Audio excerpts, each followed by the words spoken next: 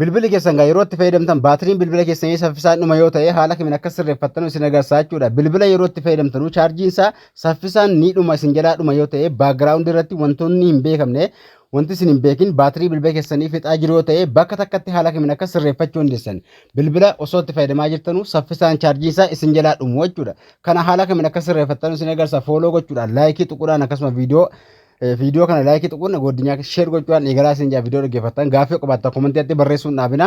Kana sirreeffachuudhaaf bilbila irraa jechuudha paartii tokkoffaa kanaan dura barseen ture amma bilbila keessa irraa bakka dawalaa dhageessintanii koodii kaatti naquudhaan haala kanaan haalan hamma barreessa kanaan ni barreessitu dhumarra masalaanii jettu ofumaanuu isin wanni gara kana isin fidaa jechuudha ofisaatiin.